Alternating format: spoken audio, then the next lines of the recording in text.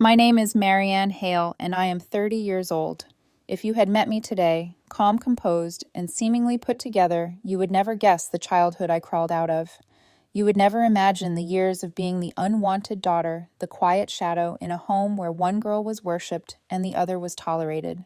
That girl was my younger sister, Callie Hale. Callie wasn't just the favorite child, she was the sun my mother orbited around, the golden one, the precious one, the one whose smallest inconvenience became a family emergency while my pain was treated like background noise. Growing up, I learned quickly that in our house love was conditional, but cruelty, that flowed easily. My mother cooked Callie's meals separately, folded her laundry with a gentleness I never felt, and even forced me to help Callie with homework every week, not because I wanted to, not because Callie needed help, but because my mother believed it was my duty as the older daughter to serve her. Callie didn't reciprocate. Callie didn't even pretend to. She only came to me when she wanted something money, school supplies, help with a project she'd procrastinated on. And when I needed her, when I was drowning in stress or loneliness, she walked past me as if I didn't exist. I used to think maybe it was my fault. I was introverted, liked books, quiet corners, and evenings spent sketching or reading instead of being loud and charming like her. I wasn't soft-spoken enough to be agreeable, nor rebellious enough to be interesting. I lived somewhere in the middle, easy to ignore, easy to target. Callie took full advantage of that. She mocked everything about me. My glasses, my acne, my height, my love for science. She'd read pages of my private journal out loud to her friends, then report my pathetic thoughts to my mother like gossip. My mother would laugh. She always laughed. This is how sisters bond, she'd say her classic line as if normal bonding included humiliation. But Callie didn't stop there. She escalated. She put glue in my hair. She hid spoiled food in my backpack. She slipped pepper into my water bottle. Once, one of the moments I still feel in my bones, she sprinkled crushed stones into my cereal. If I hadn't noticed, I might have chipped a tooth or swallowed them. I told my mother, horrified. She waved it away. Sisters just tease. Let it go, Marianne. Let it go. Always let it go. Callie's cruelty didn't stay at home. She followed me into school hallways, whispering to bullies about how boring I was, how weird I looked, how easy I was to push around. Soon the bullies started chanting the names Callie invented for me, names that clung like tar, thick and hard to peel off. The worst incident came during high school. We had a fight. I don't even remember what started it. Something small, something stupid. But the ending lodged itself in my chest forever. I was already struggling then, already sinking. Hearing my own sister say I didn't deserve to exist broke something inside me I didn't know could break. My mother told me I provoked her. Of course she did. But that day my father came home early. He heard the tail end of the argument. He saw the scorch marks on my hair from when Callie tried to burn it earlier. And for the first time in my life, my father snapped. He grabbed Callie by the shoulders and shook her, demanding to know what was wrong with her. He threatened to call the police if she ever laid a hand on me again. Callie froze, not because she felt guilt. Callie never felt guilt, but because it was the first time someone told her no. That night, my father knocked on my bedroom door. He sat at the edge of my bed and confessed he had been blind far too long. I told him everything then, years of bullying, the mockery, the fear. I cried until my chest hurt. For once, someone listened. The next day, he enrolled me in self-defense classes, not because I want you to fight, he said, but because you deserve to walk through life knowing you can protect yourself. I took that lesson to heart, and one day I finally used it. Callie stole the money I had saved from weeks of chores. She was about to run off with her friends for a night out when I caught her. I demanded she return it. She smirked, said I should cry to our parents, said I was pathetic. I don't know what came over me. Maybe it was years of silence. Maybe it was the burning in my chest. But I punched her, hard. The shock on her face was priceless, like a deity realizing she could bleed. She cried, wailing like a child, running straight into our mother's arms. My mother blamed me instantly, lecturing me about being the older sister. But when my father arrived home, heard both sides, and declared Callie lucky I didn't press charges, something shifted. Callie realized I wasn't weak anymore. She backed off. Not much, but enough for me to breathe. Still, the emotional abuse never stopped. The muttered insults, the rolled eyes, the hatred dripping from her voice. Living with her became unbearable. So when I finally got my university scholarship, I packed my bags with shaky hands and left that house behind. Leaving felt like coming up for air after years underwater. I had no idea that one day, decades later, the sister who tormented me since childhood would destroy my marriage, my family, and the life I built. But that comes later. For now, this is the beginning. University felt like stepping out of a storm and into warm sunlight. For the first time in my life, I walked through hallways without looking over my shoulder, without bracing for insults, without wondering what new humiliation Callie had planned.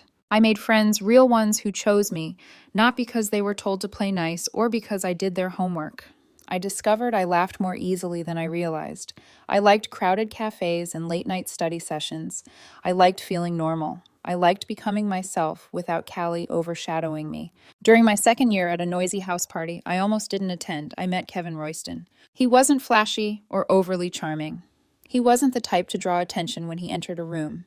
Instead, he was warm, a gentle presence in a space full of loud laughter and beer fumes. He spoke to me like I wasn't invisible, like he saw me, really saw me. We talked for hours that night. We talked for weeks after, then months. Kevin wasn't perfect, but he was kind, attentive, thoughtful in ways that felt healing.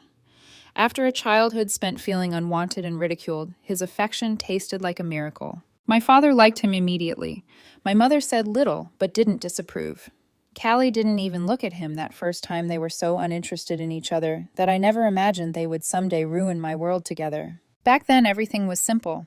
I fell in love in a way that made me believe life finally wanted to give me something good. We found out I was pregnant near the end of our final year.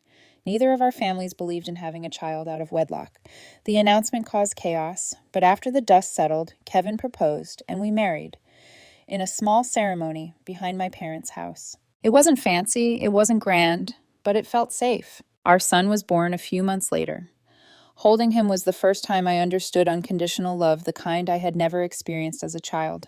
Our marriage was not perfect, and the imperfections came early. The first time Kevin cheated, I was shattered. It was with a married coworker, a messy on and off situation that lasted too long and left us barely holding together. He cried, he begged, he claimed immaturity and poor judgment. He blamed youth. He blamed stress. And I, desperate to preserve the family, I never had found a way to forgive him. We separated for a while, then reconciled. For a time, we were stable. Then he cheated again. This time with his high school ex during a trip home to visit his family. I felt stupid, weak, but I forgave again.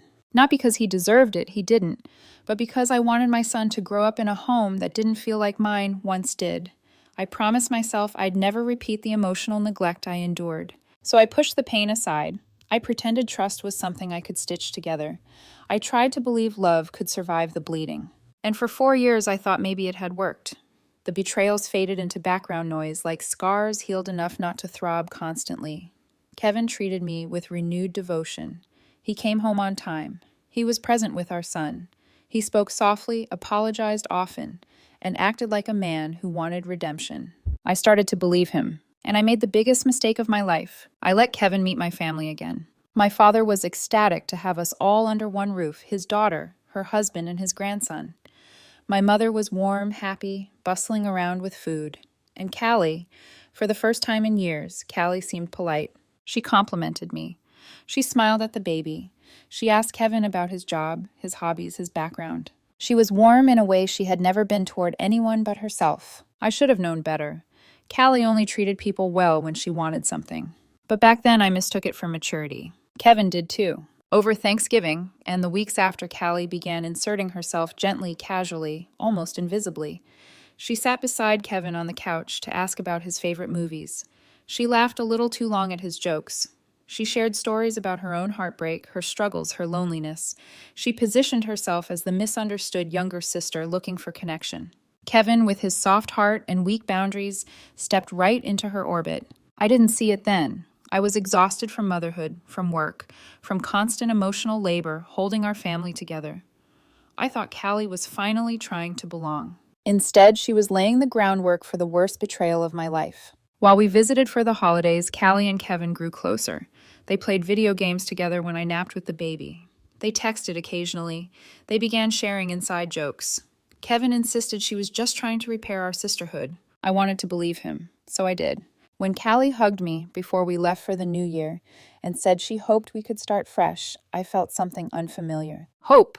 I didn't know that behind that sweet smile was the beginning of a secret that would someday destroy my marriage, my trust, and my family. But betrayal rarely announces itself. It starts small, quiet, warm, deceptively safe. I did not know that the two people I trusted most would become the very ones who shattered me. Kevin said they first slept together on the night Callie cried in his room about her breakup.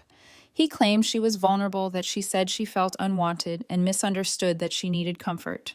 Hearing that made something inside me twist, not because I believed her sorrow, but because I recognized the tactic. Callie had been doing that all her life, weaving herself into moments of other people's weakness, turning sympathy into control, twisting vulnerability into an invitation. Kevin told me it just happened, as if betrayal were an accident someone could trip and fall into. He said Callie kissed him first, that she leaned in while he was trying to console her, that she whispered things like she felt seen by him in ways she never felt seen by others, the very lines she used to insert herself into my friendships, my accomplishments, my space, my identity. She didn't want comfort. She wanted to take something from me, and she succeeded. I sat there listening, staring at Kevin, while he unraveled every thread of our marriage with the calmness of someone confessing a parking mistake. He said they stopped after the holidays because Callie felt guilty, but when we returned to university and resumed normal life, they started messaging again. One message became a conversation. A conversation became a secret became a meeting became a hotel room. He admitted that half the nights he claimed to work overtime were actually nights spent with her, half the business trips weekend getaways with her. He said they never planned for it to last, that it was chemistry, temptation, confusion, words people use when they want to soften their cruelty. I asked why he kept choosing her. His answer was a needle driven straight through my spine. He said Callie understood him better than I did. She listened without judgment. She made him feel admired. She made him feel desired. She made him feel like the man he wanted to be. I remember my hands going still on the table, my voice completely empty. "You mean she made you feel important," I said. "And hurting me didn't matter." He couldn't deny it. He didn't even try. Then came the final cut, he admitted. Callie told him she might be pregnant years ago, right before I discovered my own pregnancy. She wasn't sure whose child it was, and that was when she pulled away temporarily, not out of guilt, but out of calculation. She knew Kevin would lose everything if the truth came out. She also knew I would take him back no matter how badly he broke me, and she assumed that if she stayed close enough long enough, she could destroy me more thoroughly later. When Kevin finished talking, he tried to reach for my hand. I pulled away before his fingers touched mine. Something shifted inside me. Then, not anger, not grief, not even shock. It was the quiet acceptance that the life I thought I had was nothing more than a story I told myself to survive.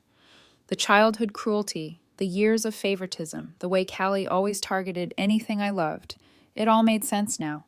She didn't just want to hurt me. She wanted to take something permanent from me, something she could own, and Kevin let her. I didn't scream. I didn't break anything. I didn't cry. I simply told him I needed space, stood up, walked to our bedroom, and began packing a suitcase.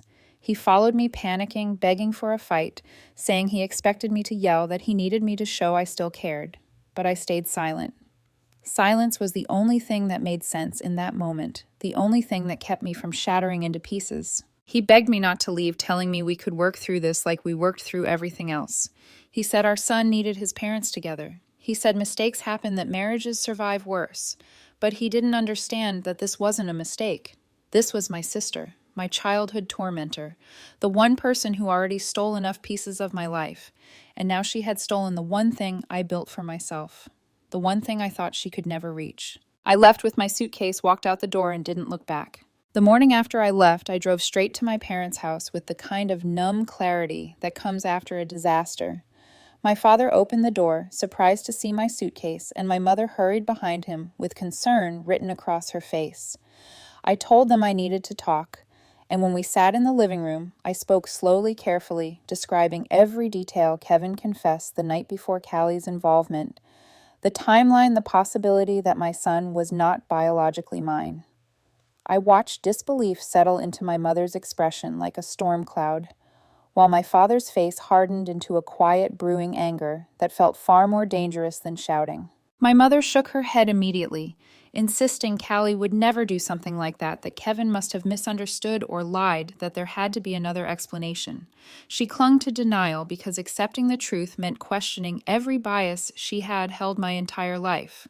But my father did not deny anything. He simply asked me one question. Did he admit it clearly? I nodded. That was enough for him. Yet something inside me needed more than their reactions. I needed them to hear Callie's voice. I needed them to know the truth from the source, not filtered through my pain.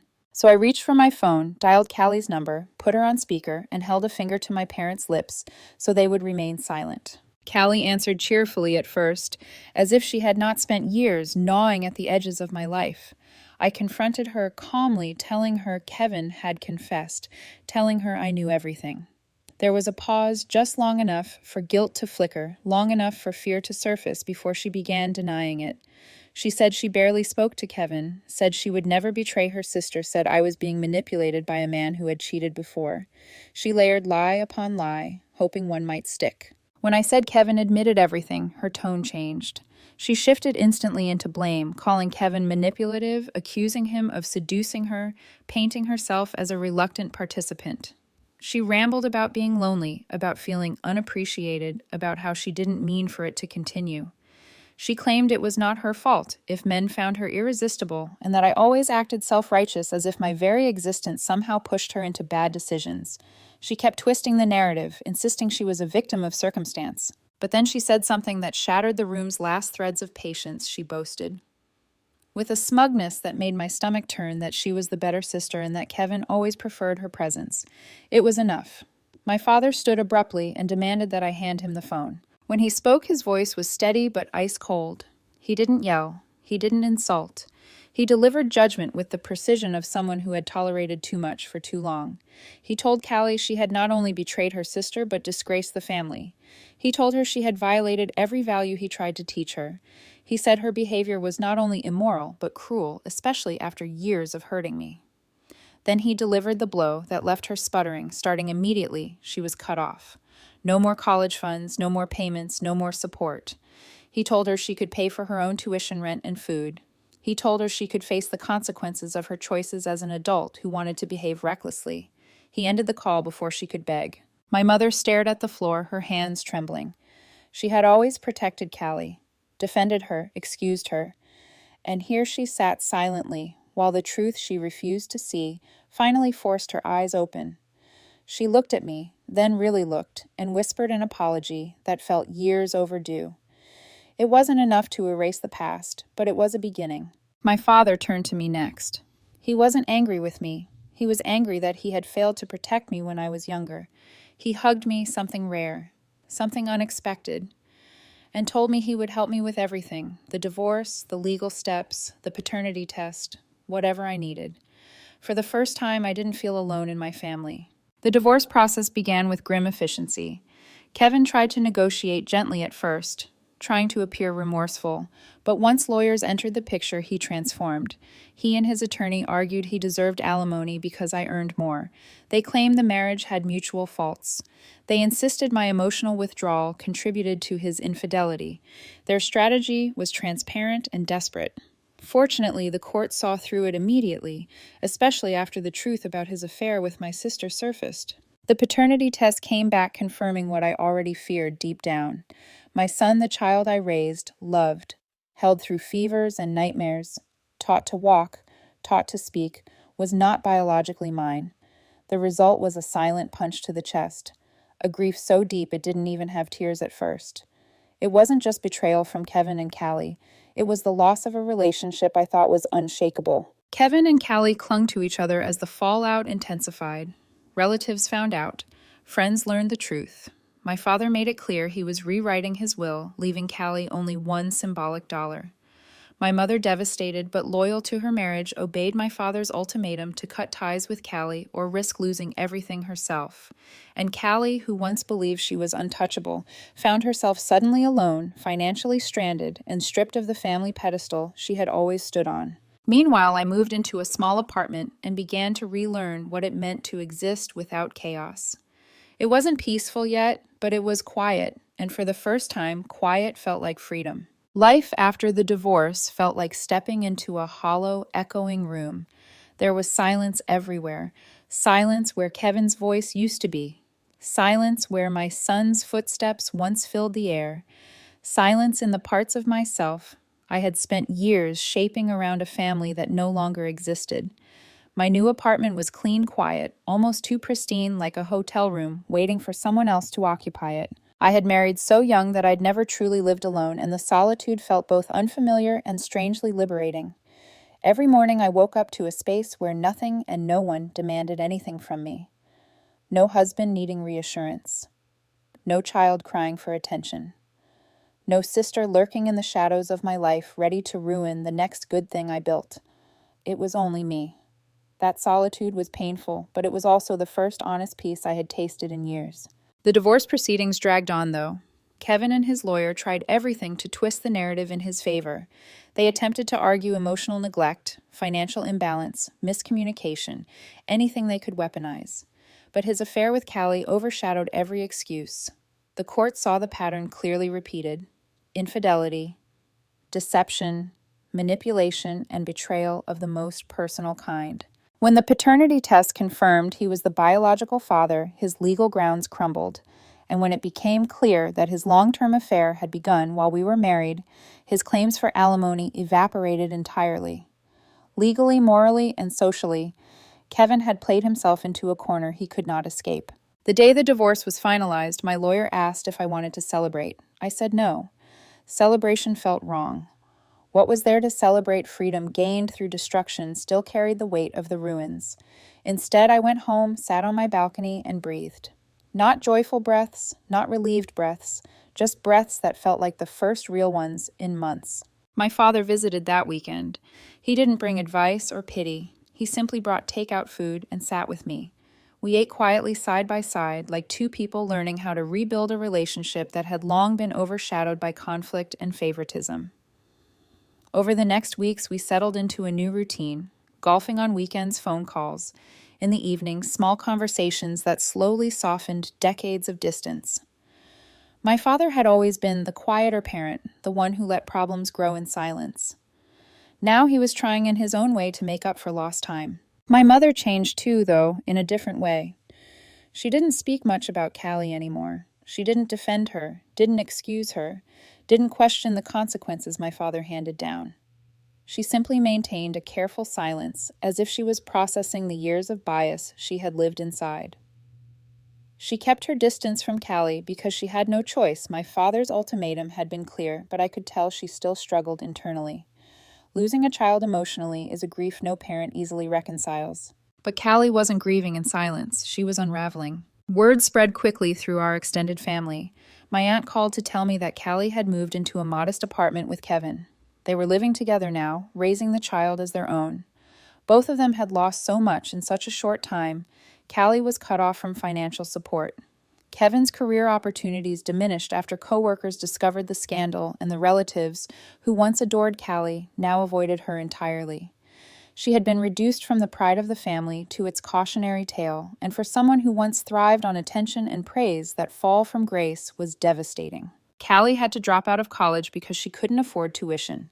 She took a part-time job at a retail store during the day and worked late shifts at a diner on weekends. Kevin worked as a part-time mechanic, barely covering bills, while juggling child support obligations from another legal dispute. They weren't living, they were surviving. I didn't take pleasure in their suffering, but I also didn't pity them. Consequences were inevitable when cruelty became a lifestyle, and for once it wasn't my responsibility to absorb the fallout. Then my father made a decision that shifted everything. He revised his will. He called me one evening to tell me I would inherit everything: his assets, savings, retirement fund, life insurance, while Callie would receive one symbolic dollar. He explained with blunt clarity that he wanted to ensure Callie could not challenge the will after his death. He spoke without emotion, as if reading facts off a sheet of paper, but I could hear the pain beneath his steady tone. Cutting a child out of his legacy was not a small decision. It was a wound he carried quietly but firmly. I didn't ask him to reconsider. I didn't try to comfort him. I simply accepted his decision, knowing it was the result of decades of accumulated truth finally being acknowledged. Somehow, Callie found out within days. She couldn't reach my parents. My father refused her calls, and my mother didn't dare answer. So she called me instead. Her name displayed on the screen felt like ice sliding down my spine. I debated whether to reject it, but curiosity or maybe closure made me answer. Her voice was unrecognizable, shaky, broken, desperate. She told me she knew about the will, that she knew she was being erased from the family future, that she couldn't survive without help. She told me she had no money, no stability, no support. She said Kevin was struggling with work and their child needed essentials they couldn't afford. She said she had learned her lesson. She said she was sorry. She begged me to talk to our parents to convince them to let her back in to help her somehow. She reminded me we were sisters, that family mattered, that forgiveness was important. Every word felt like a rope she was trying to throw across the chasm she had created, but her rope was frayed weak and years too late. I listened silent, composed. Hearing Callie cry was something I hadn't experienced since we were children, and even then her tears had always been used as a weapon. This time they sounded real. This time they sounded helpless. And that helplessness hit a part of me I didn't want to acknowledge, the part that remembered being children, the part that remembered wanting a sister who loved me, the part that still carried old wounds. But pain does not erase truth, and compassion does not fix betrayal. When the call ended, I sat very still, replaying her trembling voice, trying to decide whether her desperation should move me or whether my silence was justice. I still don't know the answer. In the days after Callie's desperate phone call, I found myself caught in a quiet, suffocating limbo. I wasn't angry anymore, not in the explosive, trembling way I had been months ago. The fury had settled into something heavier and far more complex, a sediment of old wounds and fresh betrayals layered so deeply that my emotions no longer knew where to land. Some mornings I woke up with a sharp ache in my chest, a reminder that the child I had loved was not mine. Other mornings I felt nothing at all, as if my body had grown tired of reacting. My father handled the aftermath with the rigid decisiveness he was known for. He made it clear to everyone, relatives, friends, family, acquaintances, that Callie was no longer part of the household nor part of our future. He spoke about her with a coldness I had never heard before. My mother didn't argue. She walked through the house quietly, trying to stay useful and unobtrusive, the guilt of years of favoritism weighing silently on her shoulders. Occasionally, I'd catch her staring at old family photos, her expression somewhere between longing and shame, but she respected my father's boundary. She didn't call Callie. She didn't visit. She simply folded into the silence her husband demanded. I watched all of this from a distance, unsure how to feel. A part of me believed Callie deserved every consequence she faced. She had spent her entire life without accountability, protected, excused, rewarded, even when she hurt me. Karma had finally arrived, not as a dramatic punishment from the universe, but as the simple result of every choice she made. And yet another part of me, the part that still carried traces of sisterhood from childhood fantasies, felt a faint, reluctant pull of sympathy whenever I remembered her voice cracking over the phone. Callie had lost everything: her education, her financial support, her social circle, her reputation, her place in the family. She was living with Kevin now, and according to my cousin, their life was a collection of small struggles, late rent payments, long work hours, constant stress, arguments loud enough that the neighbors complained. Kevin's charm, which once fooled everyone, had evaporated under the weight of responsibility. He couldn't hide behind excuses anymore. He actually had to show up. And Callie, who had always floated through life, carried by the indulgence of others, was finally learning what life looked like without a safety net. I didn't pity them, but I also didn't celebrate their suffering. Their downfall did not heal me. It merely confirmed that justice didn't always come from grand gestures. Sometimes it came from the quiet undoing of people who had never learned to stand on their own. Meanwhile, I focused on rebuilding myself. I poured my energy into work, and the effort paid off. 2 months after the divorce, I received a promotion, something I might not have achieved if the chaos of my personal life had continued. Therapy became a weekly anchor, not because I needed someone to interpret my pain, but because I needed a place where my voice could exist without interruption. I learned how to sit with discomfort, how to acknowledge grief, how to identify the difference between longing and habit. I learned that healing wasn't about erasing the past, but recognizing which parts of it I no longer needed to carry.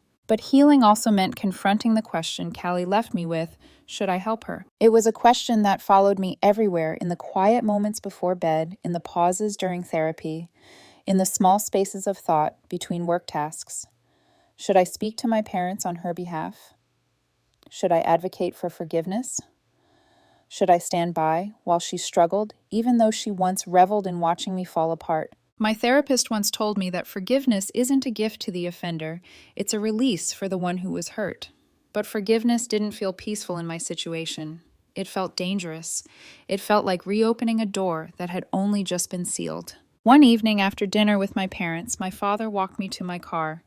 The air was cool, and he looked older than I remembered, tired in a way that settled into the creases of his face.